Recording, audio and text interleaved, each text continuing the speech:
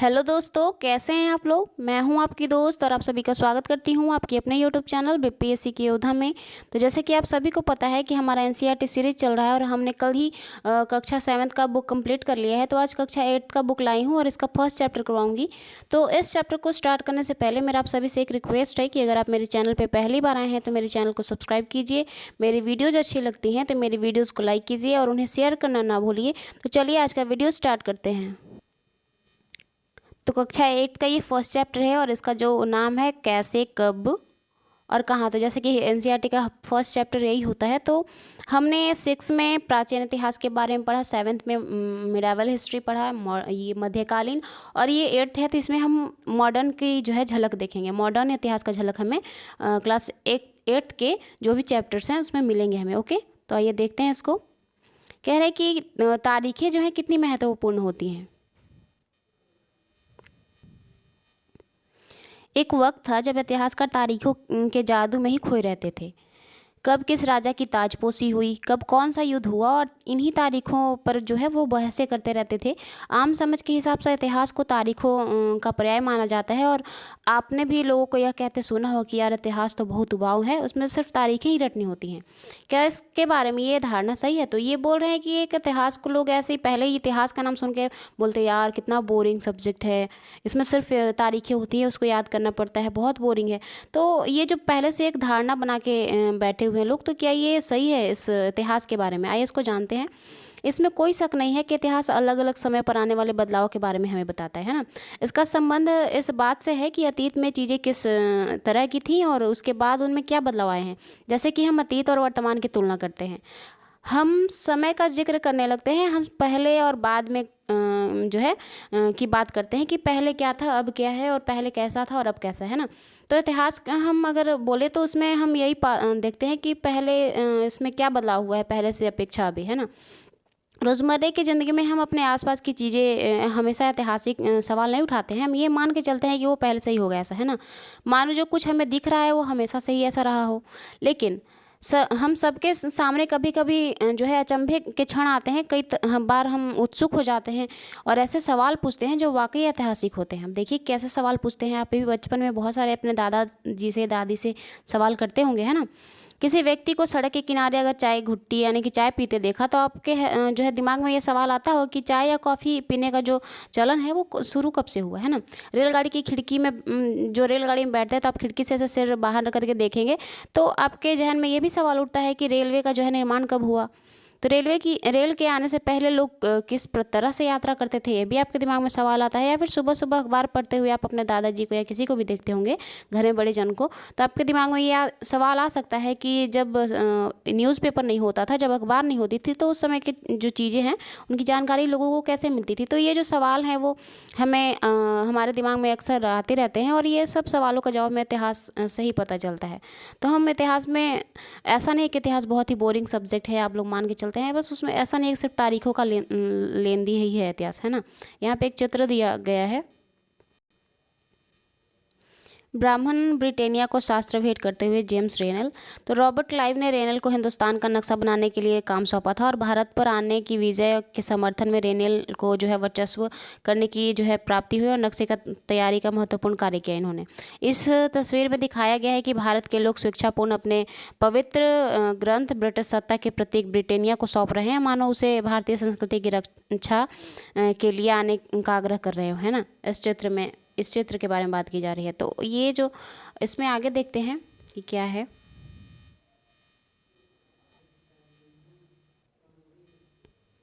ये सारे ऐतिहासिक सवाल हमें समय के बारे में सोचने के लिए मजबूर कर देते हैं या प्रेरित करते हैं। इस समय को हमेशा साल या महीने के पैमाने पर नहीं देखा जा सकता है।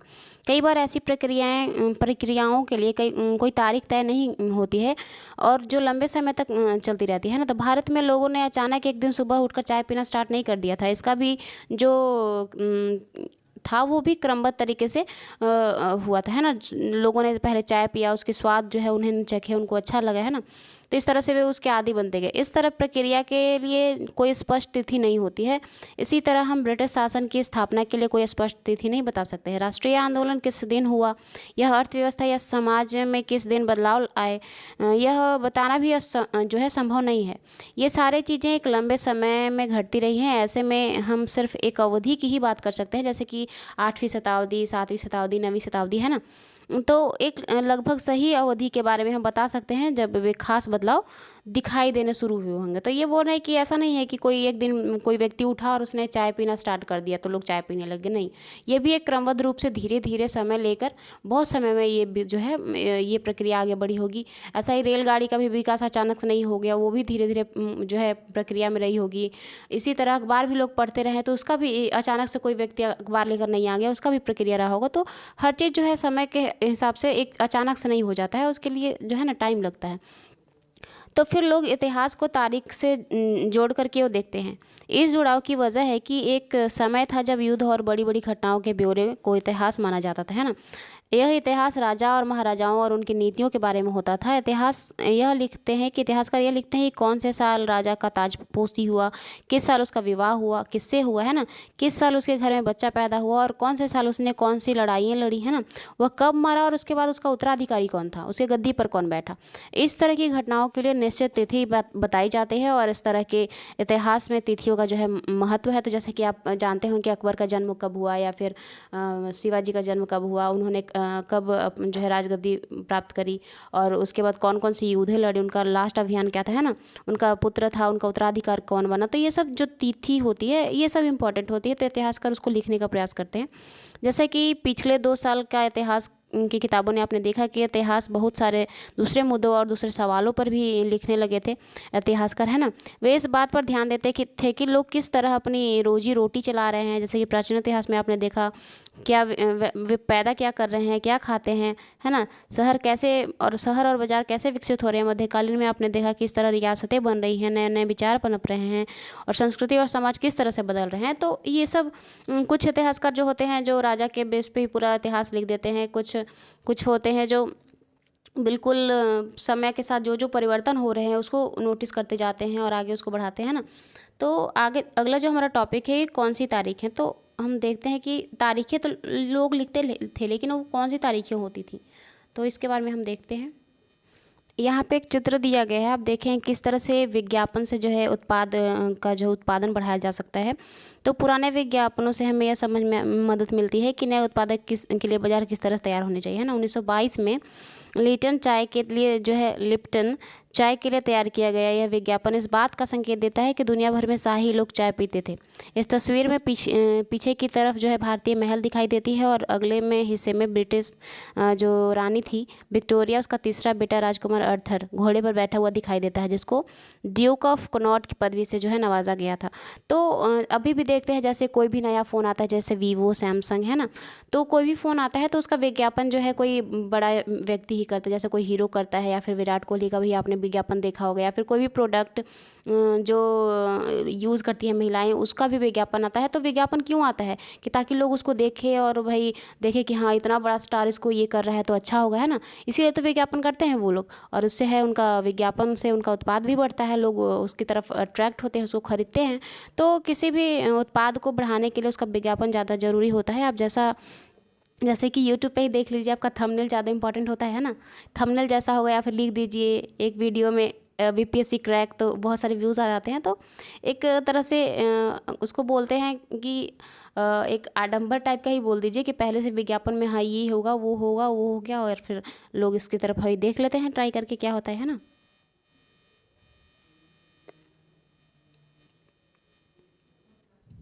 कुछ तारीखों को महत्वपूर्ण मानने का पैमाना क्या होता है। हम जो तारीखें चुनते हैं, जिन तारीखों के इर्द गिर्द हम अतीत की कहानियाँ बुनते हैं, वे अपने आप में महत्वपूर्ण नहीं होती हैं।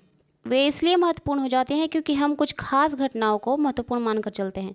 अगर अध्ययन का विषय बदल जाता है, अगर हम नए मुद्दों पर ध्यान देने लगते हैं तो महत्वपूर्ण तारीखें भी बदल जाती हैं। तो ये कह रहे हैं कि आप ज़रूरी थोड़ी है कि हर किसी को हर तारीख जो इम्पोर्टेंट होता है वो तारीखें ज़्यादा इंपॉर्टेंट होती है। जैसे कि आपसे रिलेटेड आपका तारीख याद होगा, जैसे आपका बर्थडे कब है, आपके जो है पेरेंट्स है उसका एनिवर्सरी कब आता है उनका, है ना, आपके भाई बहन है उनका कब होगा, लेकिन पड़ोसी में कोई है या फिर कोई रिलेशन में है तो उनका इतना जल्दी आपको याद नहीं होता है। तो जो खुद से जुड़ी होती हैं चीज़ें वो यादें हमेशा ही याद रहती हैं लोगों को।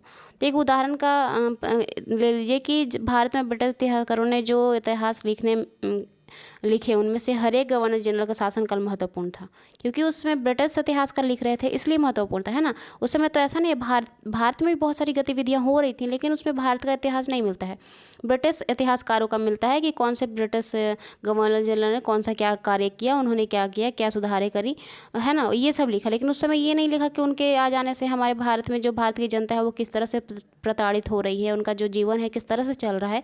एक ब्रिटिश इतिहासकार ये कभी नहीं लिखे है क्योंकि वो बस ब्रिटिश को दिखाना चाहता है, भारतीयों को उसमें कोई जगह ही नहीं दे रहा है ना। तो आगे की ये इतिहासकार प्रथम गवर्नर जनरल वारेन हैंगस्टन से शुरू होता है और आखिर वायसराय जो है लॉर्ड माउंटबेटन के साथ खत्म होते हैं। अलग अलग अध्यायों में हम दूसरे गवर्नर जनरल जैसे कि वारेन हैंगस्टन, वेलेस्ली, विलियम बेंटिंग, डलहौजी, है ना, कैनिंग, लॉरेन हैंगस्टन, लीटन, रिपन, कर्जन, हार्डिंग, इन सब के बारे में इसमें हमें बताया गया है। तो ये बोल रहे हैं कि इस इतिहास में गवर्नर जनरलों और वायसरायों का जो कभी खत्म ना होने वाला सिलसिला छाया ही रहता था। इतिहास की इन किताबों में सारी तारीखों का महत्व इन अधिकारियों के, उनकी गतिविधियाँ, उनकी नीतियाँ, उनकी उपलब्धियों के आधार पर तय था। यह ऐसा था मानो कि इन लोगों के जीवन से बाहर कोई ऐसी चीज़ ही नहीं है जिसे जानना महत्वपूर्ण है। इन लोगों के जीवन का क्रम ब्रिटिश भारत के इतिहास में अलग अलग अध्यायों का विषय माना जाता है। तो ये कह रहे हैं कि ये जो भी ब्रिटिश इतिहास लिखते थे वो बस यही लिखते थे कि इन सब वायसराय जो गवर्नर जनरल थे उन्होंने क्या क्या कार्य किया, उनकी क्या उपलब्धियाँ थी, उन्होंने कौन कौन सी नीति अपनाई, और उसके अलावा कुछ नहीं लिखते थे। भले ही भारत की जनता मर रही है लेकिन उसके बारे में कुछ नहीं लिखेंगे, वो उनके लिए इंपॉर्टेंट ही नहीं था। ऐसा लगता था कि भाई जो है सर्वे सर्वा यही है, इसके अलावा कोई नहीं है, बस इन्हीं के बारे में लिखना है ना। तो ये इसमें दोनों पक्ष को नहीं दिखाया गया है, ब्रिटिश इतिहासकार बस ब्रिटिश के पक्ष को ही दिखा रहे हैं। इसमें भारतीयों की क्या भूमिका है, उसकी क्या दशा है, इसके बारे में इसमें नहीं बताया गया है, ब्रिटिशों द्वारा जो इतिहास लिखा गया है।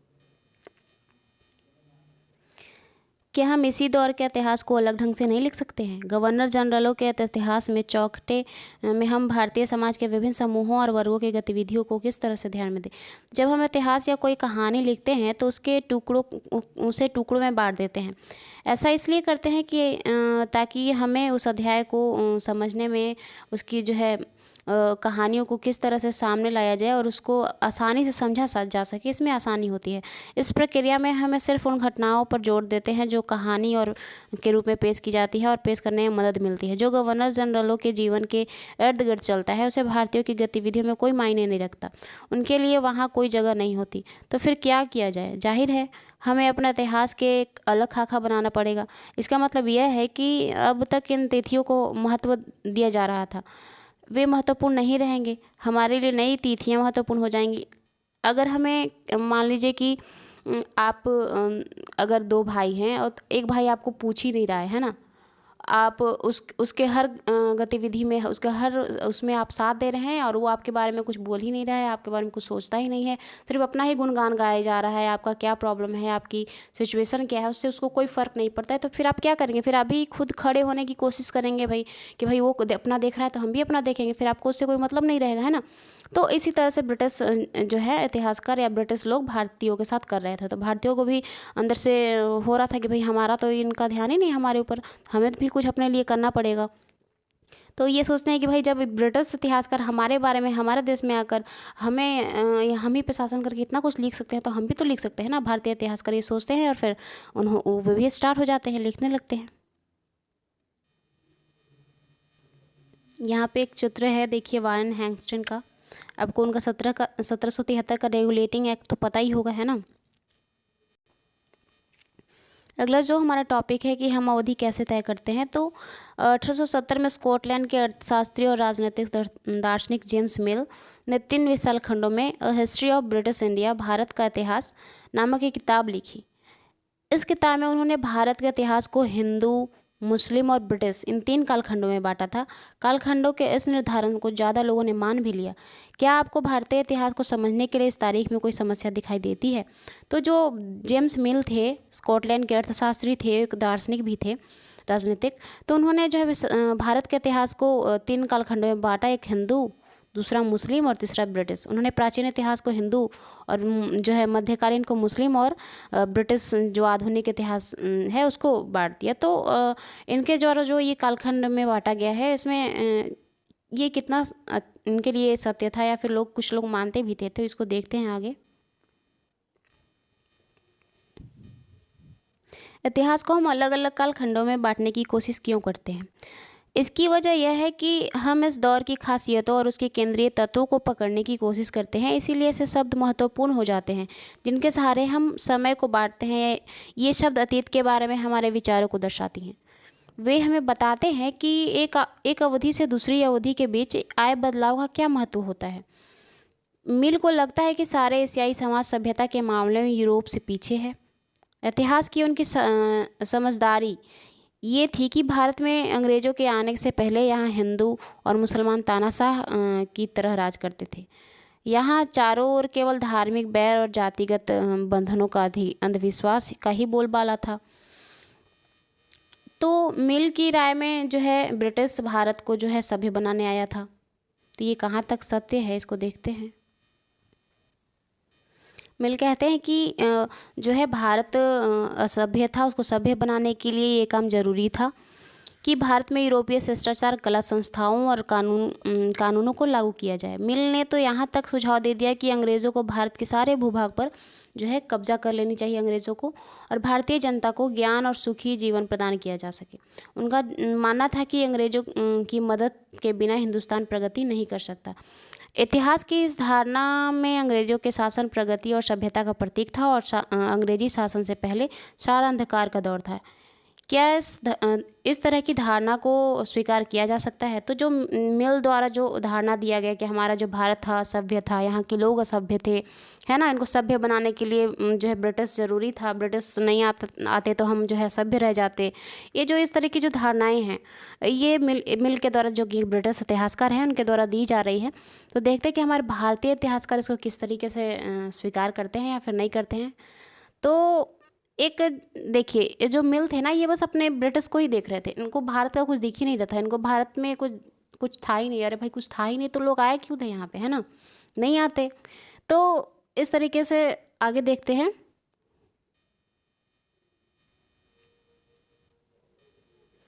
क्या इतिहास के किसी दौर को हिंदू मुस्लिम दौर कहा जा सकता है? क्या इन सारे दौरों में कई तरह के धर्म एक साथ नहीं चलते हैं? किसी युग को केवल उस समय के शासकों के धर्म के हिसाब से तय करना जरूरी था? अगर हम ऐसा करते हैं तो इसका मतलब यह कहना चाहते हैं कि औरों के जीवन और तौर तरीके का कोई महत्व नहीं था।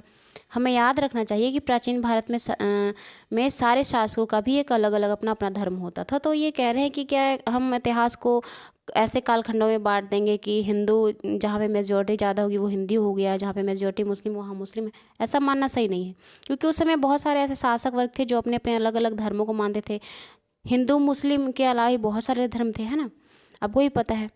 तो अंग्रेजों द्वारा सुझाए गए वर्गीकरण के से अलग हटकर भारतीय इतिहासकार जो थे, भारतीय इतिहास को आमतौर पर 3 कालखंडों में, प्राचीन, मध्यकालीन और आधुनिक में बांटते हैं, है ना। इस विभाजन को भी जो है अभी तक इसमें भी समस्याएं थी। इतिहास को इन कालखंडों में बांटने की यह समझ भी पश्चिम से आई थी। पश्चिम में आधुनिक काल को विज्ञान, तर्क, लोकतंत्र और मुक्ति और समानता जैसी आधुनिकता की ताकतों से विकास का युग माना जाता है। उनके लिए मध्यकालीन समाज वे समाज थे जहां आधुनिक समाज की ये विशेषताएं नहीं थीं। क्या हम अपने अध्ययन के लिए आधुनिक काल की इस अवधारणा को बिना सोचे समझे ऐसे ही अपना सकते हैं? जैसे कि आप इतिहास में देखते होंगे कि किताबों में देखते हो कि अंग्रेज़ों के शासन में लोगों के पास समानता, स्वतंत्रता या मुक्ति नहीं थी, न ही यह आर्थिक विकास और प्रगति का दौर था। तो ये जो है 3 का प्राचीन इतिहास, मध्यकालीन इतिहास और आधुनिक इतिहास को अलग अलग धारणाओं से 3 कालखंडों में बांटते हैं। तो ये प्राचीन काल को कह रहे हैं कि जहाँ लोकतंत्र और समानता थी वो प्राचीन था, जहाँ पे आधुनिक काल जैसी कोई विद्यमान नहीं थी, यहाँ पे वो मध्यकालीन था। तो अगर हम आधुनिक काल की बात करें तो उसमें भी तो लोगों को जो है स्वतंत्रता, ये सब आर्थिक विकास, ये सब तो एक साथ नहीं मिला था अंग्रेज के आ जाने के बाद भी। तो इसको कैसे हम मॉडरेट बोल सकते हैं, आधुनिक बोल सकते हैं, मॉडर्न हिस्ट्री बोल सकते हैं, है ना। तो ये भी बिल्कुल सटीक नहीं बैठता, इसलिए इसको भी जो है नकार दिया गया है। हालांकि हम यही अभी पढ़ते हैं इसी को, अगर कोई बोलेगा इतिहास के कालखंडों को तो हम 3 ही मानते हैं। चलिए आगे हमारा जो टॉपिक है औपनिवेशिक जो है क्या होता है, तो देखते हैं कि औपनिवेश या औपनिवेशिक का मतलब क्या होता है। इसमें बताया जा रहा है कि इस किताब में आप पढ़ेंगे कि किस तरह से अंग्रेजों ने हमारे देश को जीता और स्थानीय नवाबों और राजाओं को दबाकर अपना शासन स्थापित किया। आप देखेंगे किस तरह से उन्होंने अर्थव्यवस्था व समाज को नियंत्रित किया, नियंत्रण स्थापित किया। अपने सारे खर्चों पर जो है का निपटारा करने के लिए राजस्व वसूला भारत से ही। अपनी ज़रूरतों की चीज़ों को सस्ती कीमत पर खरीदा और निर्यात के लिए महत्वपूर्ण फसलों की खेती कराई, जैसे कि नील, ये सब। और इन सारी जो है कोशिशों के कारण क्या क्या बदलाव आए ये देखेंगे। आप ये सभी जानेंगे कि ब्रिटिश शासन के कारण यहाँ की मूल मान्यताएं और जो है पसंद और नापसंद, रीति रिवाज, तौर तरीकों में क्या बदलाव आए। जब एक देश पर दूसरे देश के दबदबे से इस तरह के राजनीतिक, आर्थिक, सामाजिक और सांस्कृतिक बदलाव आते हैं तो इसको औपनिवेशीकरण कहा जाता है। औपनिवेशीकरण की एक देश के द्वारा जो हमसे ज़्यादा शक्तिशाली है उसके द्वारा जो निम्न देश पे जो नियंत्रण स्थापित किया जाता है, उसको अपने अधीन कर लिया जाता है, उसको औपनिवेश बोलते हैं ना। तो इसका एक ही पैमाना नहीं हो सकता है, वो राजनीतिक रूप से होता है, आर्थिक, सामाजिक, सांस्कृतिक, ये तीनों रूप से जब दबदबा बन जाता है किसी दूसरे देश के ऊपर तो इसको औपनिवेशीकरण बोलते हैं। औपनिवेशिक है ना, औपनिवेश भी बोलते हैं इसको। तो बोल रहे कि लेकिन जल्द ही आप ये समझ जाएंगे कि सारे वर्ग इन समूहों के बदलाव को सही ढंग से जो है अनुभव नहीं करते हैं। इसीलिए इस किताब को हमारे अतीत नाम दिया गया है ना। तो अगला जो हमारा टॉपिक है कि हम किस तरह जानते हैं, तो क्या जानते हैं इसके बारे में। फिर प्रशासन अभिलेख कैसे तैयार होते थे इसके बारे में भी देखेंगे। भारतीय इतिहास के पिछले 250 साल का इतिहास लिखने के लिए इतिहासकार कौन से स्रोतों का इस्तेमाल करते हैं इसके बारे में देखते हैं। तो अंग्रेजी शासन द्वारा तैयार किए गए सरकारी रिकॉर्ड इतिहास को महत्वपूर्ण साधन है इतिहास को जानने के लिए, उनके बारे में लिखने के लिए। अंग्रेजों की मान्यता थी कि चीज़ों को लिखना बहुत महत्वपूर्ण होता है। उनके लिए हर निर्देश, हर योजना, हर नीति, फैसले, सहमति और जांच के साफ जो है लिखना जरूरी होता है। ऐसा करने के बाद चीज़ों को अच्छी तरह अध्ययन करना या उनके बारे में वाद विवाद करना भी जो है आसान हो जाता है, क्योंकि हमारे पास लिखित दस्तावेज होते हैं, जो है रिकॉर्ड होते हैं ना। इस समझदारी के चलते ज्ञापन, टिप्पणी और प्रतिवेदन पर आधारित शासन की संस्कृति पैदा हुई। अंग्रेजों को यह भी लगता था कि तमाम अहम दस्तावेजों को, पत्रों को संभाल कर रखना जरूरी है। लिहाजा उन्होंने भी शासकीय संस्थानों में अभिलेख कक्ष बनवाए। तहसील के दफ्तर या कलेक्टर दफ्तर, कमिश्नरी के दफ्तर, प्रांतीय सचिवालय के दफ्तर, कचहरी, सबके अपने रिकॉर्ड रूम होते थे। महत्वपूर्ण दस्तावेजों को बचाकर रखने के लिए अभिलेखागार और संग्रहालय जैसे कई संस्थान भी बनाए जाते थे, जिसको आर्काइव कहा जाता था। तो अंग्रेज जो होते थे वो किसी भी दस्तावेज को ऐसे फेंकते नहीं थे। वो ये मानते थे कि अगर हम इसको रखते हैं तो आगे चल के हमको काम देगा, इसकी हमको आवश्यकता पड़ सकती है, या फिर किसी के बारे में कोई विवाद हो गया तो उसकी रिकॉर्ड को निकालेंगे कि भाई इसका यहाँ पे या इतना था, तो वाद विवाद करना भी आसान हो जाता था। और इन्होंने बस अपने लिए ही नहीं किया, जितने भी अधिकारी इन्होंने नियुक्त किए उनके रूम में भी एक जो है रिकॉर्ड रूम बनवा दिया और उसमें रिकॉर्ड जो है दस्तावेज रखे जाते थे। तो 19वीं सदी की शुरुआत में प्रशासन की एक शाखा दूसरी शाखा के पास भेजे गए पत्रों और ज्ञापनों को आज आप भी अभिलेखागारों में देख सकते हैं, सुरक्षित हैं। वहाँ आप जिला अधिकारियों द्वारा तैयार किए गए नोट्स और रिपोर्ट पढ़ सकते हैं, या ऊपर बैठे अफसरों द्वारा प्रांतीय अधिकारियों को भेजे गए निर्देश और सुझाव देख सकते हैं। 19वीं सदी के शुरुआत मामलों में इन दस्तावेजों का है जो सावधानी पूर्वक नकलें बनाई जाती थी। तो नकलें जो बनाती थी उनको क्या कहा जाता था, उन्हें जो है खुशनवीस कहा जाता था। खुशनवीस या सुलेखनवीस ऐसे लोग होते थे जो बहुत ही सुंदर लिखते थे, और 19वीं सदी के मध्य तक जो है छपाई तकनीक भी फैलने लगी थी। तो इस तकनीक के सहारे प्रत्येक सरकारी विभाग की कार्यवाही और दस्तावेजों कई जो है प्रतियां बनाई जाने लगी थी। तो खुशनवीस उनको बोलते थे जो कॉपी किया करते थे, है ना, लिखावट को, उसको खुशनवीस बोलते थे। अब यहाँ पे देखिए एक बॉक्स बनाया हुआ है, रिपोर्ट है गृह विभाग का, तो इसको आप देख लीजिएगा घर पे, ज़्यादा इम्पोर्टेंट नहीं है। यहाँ पे भारतीय राष्ट्रीय अभिलेखागार यहाँ पे आपको दिख रहा है, चित्र बनाई गई है यहाँ पे 1920 में। नई दिल्ली का निर्माण हुआ तो राष्ट्रीय संग्रहालय और राष्ट्रीय अभिलेखागार दोनों ही वायसराय के निवास के नज़दीक बनाए गए। इससे यह पता चलता है कि अंग्रेजों की सोच में इन स्थानों का कितना भारी जो है महत्व था। ये सब वायसराय के निकट ही बनाए जाते थे। तो हमारा जो नेक्स्ट टॉपिक है सर्वेक्षण का महत्व, तो इसको देखते हैं। औपनिवेशिक शासन के दौरान सर्वेक्षण का चलन ही महत्वपूर्ण हो गया था। अंग्रेजों का विश्वास था कि किसी देश को अच्छी तरह समझने के लिए, उसे जानने के लिए, उसे अच्छी ढंग से चलाने के लिए उसके बारे में जानना होगा, है ना। तो 19वीं सदी की शुरुआत तक पूरे देश का नक्शा तैयार करने के लिए बड़े बड़े सर्वेक्षण किए गए। गांव में राजस्व सर्वेक्षण किए गए। इन सर्वेक्षणों में धरती की सतह, मिट्टी की गुणवत्ता, वहां मिलने वाले पेड़ पौधों और जीव जंतुओं और स्थानीय इतिहासों और फसलों का पता लगाया गया। अंग्रेजों की राय में किसी इलाके का शासन करने के लिए इन सारी बातों का जानना बहुत ज़रूरी था। 19वीं सदी के आखिर में हर 10 साल में जनगणना की जाती थी। अब आप ये बताइए कि पहली जनगणना कब हुई थी, है ना। वैसे मैं लास्ट में बता दूंगी आपको, के जरिए भारत के सभी प्रांतों में रहने वाले लोगों की संख्या, उनकी जाति, इलाके और व्यवसाय के बारे में जानकारी इकट्ठा की गई थी।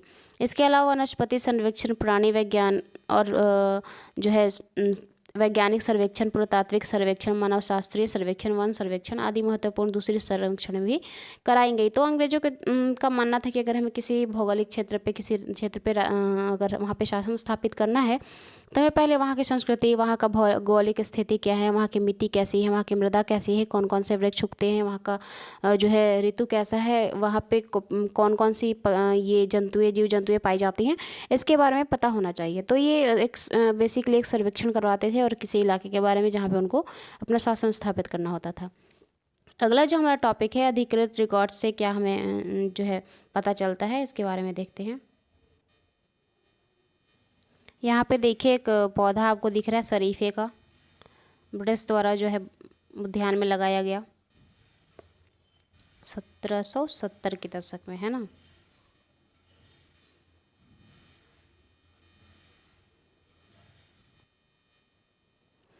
रिकॉर्ड्स के इस विशाल भंडार से हमें कुछ पता लग सकते हैं, जैसे कि इस बात को नज़रअंदाज नहीं किया जा सकता है कि ये सारी जो दस्तावेज होते हैं वो सरकारी होती है ना, सरकारी रिकॉर्ड्स होते हैं। इनसे हमें यही पता चलता है कि सरकारी अफसर क्या सोचते थे, उनकी दिलचस्पी किन चीज़ों में थी और बाद में वे किन चीज़ों को बचाए रखना चाहते थे। इन रिकॉर्ड से हमें यह समझने में हमेशा मदद नहीं मिलती है कि देश के कुछ दूसरे हिस्से के जो लोग थे वे क्या महसूस करते थे, उनकी कार्रवाइयों की क्या वजह थी। तो इससे बस जो बड़े लोग थे या फिर जो गवर्नर जनरल थे उनकी सोच के बारे में पता चलता है कि वो किन चीज़ों को ज़्यादा महत्व देते थे, क्या चाहते थे, नहीं चाहते थे। लेकिन जो आम जनता थी उनकी सोच, उनकी जो व्यथा है उसके बारे में हमें कुछ जानकारी नहीं मिलती है।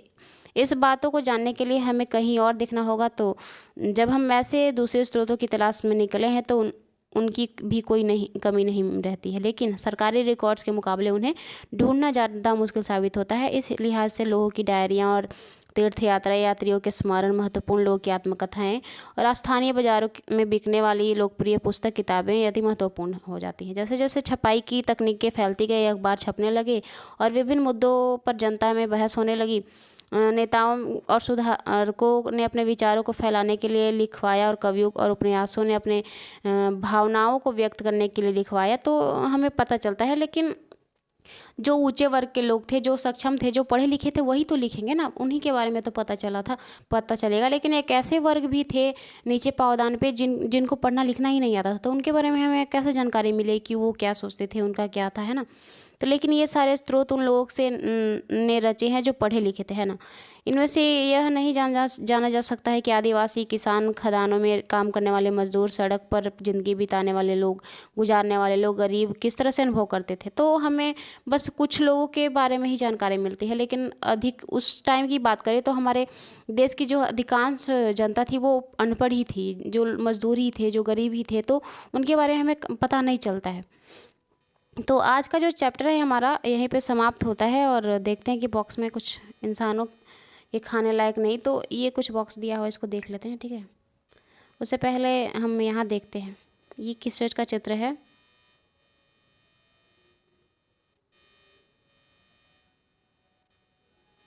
तो यहाँ पे गांव का चित्र है और इसके बारे में दिखाया जेम्स प्रिंसेप द्वारा बनाया गया एक चित्र है। इस सर्वेक्षण किया जा रहा है इसका, है ना। और नीचे में जो एक चित्र दिया जा रहा है, इसमें आपको ध्यान से देखिएगा तो बहुत कुछ दिखेगा आपको इसमें।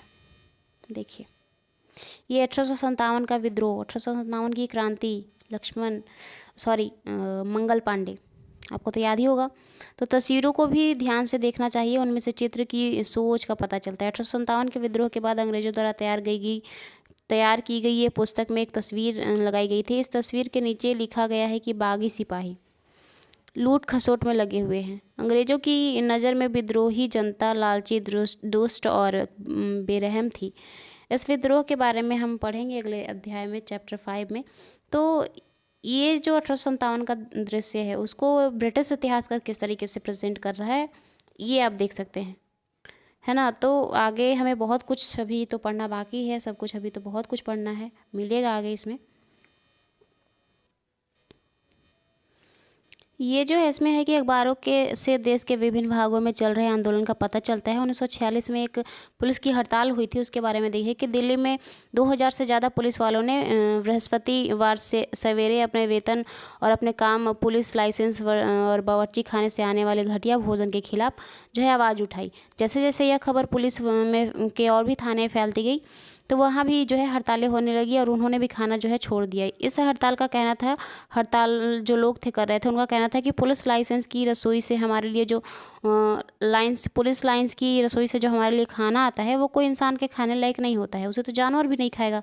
वहाँ से जो दालें और चपाती आती हैं, तो आप इनकी जो ये जो बोर्ड है उसे समझ सकते हैं किस तरीके का खाना आता होगा इनके लिए।